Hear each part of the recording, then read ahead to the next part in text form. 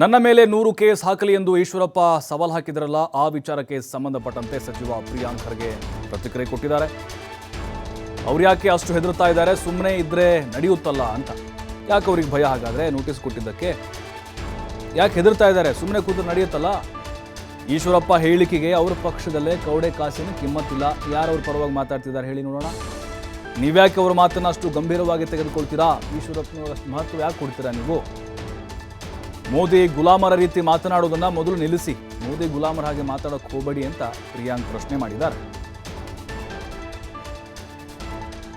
ನೋಡಿ, ಈಗ ಪ್ರಿಯಾಂಕ್ ಖರ್ಗೆ ಅವರು ತಿರುಗೇಟನ್ನು ಕೊಟ್ಟಿದ್ದಾರೆ. ನಿನ್ನೆ ಕೂಡ ಹಂಗೆ ಹೇಳಿದ್ರು ಅವರು. ಈಶ್ವರಪ್ಪನವ್ರಿಗೆ ವಯಸ್ಸಾಗಿದೆ, ಅವ್ರು ಮೂಲೆ ಗುಂಪು ಮಾಡಿದ್ದಾರೆ, ಅವ್ರ ಮಗನಿಗೂ ಟಿಕೆಟ್ ಕೊಡ್ಸೋಕ್ಕಾಗಿಲ್ಲ. ಬೆಳಗ್ಗೆ ಅವರು ಭಗವದ್ಗೀತೆ ಓದಲಿ, ಆಮೇಲೆ ಸಂಜೆ ಆದರೆ ಹನುಮಾನ್ ಚಾಲಿಸ ಪಠನೆ ಮಾಡ್ಕೊಂಡು ಕೂರಲಿ ಅಂತ ಟಾಂಗ್ ಕೊಟ್ಟಿದ್ರು. ಈಗ ಮತ್ತೆ ಕೌಂಟರ್ ಕೊಟ್ಟಿದ್ದಾರೆ. ನೋಡಿ, ಈಶ್ವರಪ್ಪ ಅವರು ಏನು ಹೇಳಿದ್ದಾರೆ ನನಗೆ ಗೊತ್ತಿಲ್ಲ, ಆದರೆ ಅವರ ಸಂಸ್ಕೃತಿಯನ್ನು ಭಾಳ ಚೆನ್ನಾಗಿ ಎದ್ದು ತೋರಿಸ್ತಾ ಇದೆ. ಅವ್ರು ಹೇಳಿದ್ದೆಲ್ಲನೂ ಕೂಡ ಯಾರು ನಾನು ಹೇಳ್ದಂಗೆ ಅವರ ಮಾತಿಗೆ BJPಯವರೇ ಬೆಲೆ ಕೊಡ್ತಾ ಇಲ್ಲ ಅಂದರೆ ನಾವು ಯಾಕೆ ಕೊಡಬೇಕು? ಏನಾದರೂ ಬಾಯಿ ಬಡ್ಕೊಳ್ಳಿ, ಎಲ್ಲನ ಬಟ್ಟೆ ಹರ್ಕೊಳ್ಳಿ, ನನಗೇನು ಮಾಡೋದಿದೆ?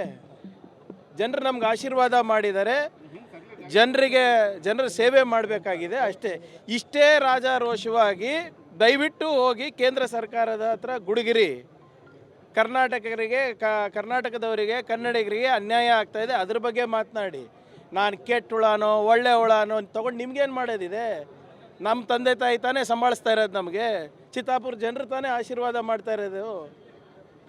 ನಿಮ್ಗೆ ಯಾಕೆ ಆಶೀರ್ವಾದ ಮಾಡ್ತಾಯಿಲ್ಲ BJPಯವರು? ಅದು ಹೇಳಿ. ಇವರಿಗೆ ಪದೇ ಪದೇ ಚಟ ಆಗಿಬಿಟ್ಟಿದೆ. ಮಾನ್ಯ ಮುಖ್ಯಮಂತ್ರಿಗಳು ಹೇಳ್ತಾರಲ್ಲ, ಮೆದುಳಿಗೆ ನಾಲ್ಗೆ ಕನೆಕ್ಷನ್ ಇಲ್ಲ ಅಂತ ಪದೇ ಪದೇ ತೋರಿಸ್ತಾ ಇದ್ದಾರೆ. ನಿಮ್ಮ ಹಿರಿತನಕ್ಕೆ ಗೌರವ ಕೊಟ್ಟು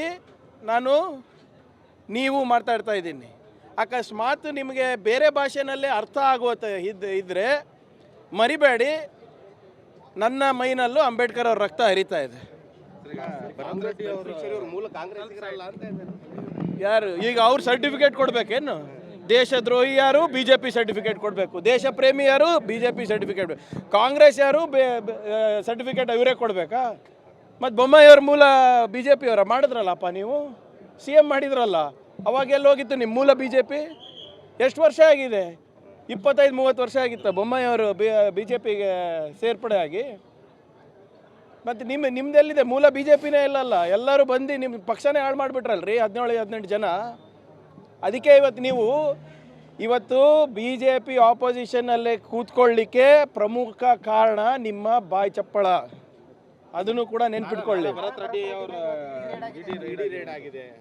ನೋಡಿ, ಇದೆ ನಾನು ಅವತ್ತೇ ಹೇಳಿದ್ದೀನಲ್ಲ, ಇವರೇ CBI, IT, ED ಇವರೆಲ್ಲರೂ ಕೂಡ BJPಯವರ ಸ್ಟಾರ್ ಪ್ರಚಾರಕರು. BJPಯವರು ನೇರವಾಗಿ ಚುನಾವಣೆ ಎದುರಿಸಲಿಕ್ಕೆ ಚಾನ್ಸೇ ಇಲ್ಲ.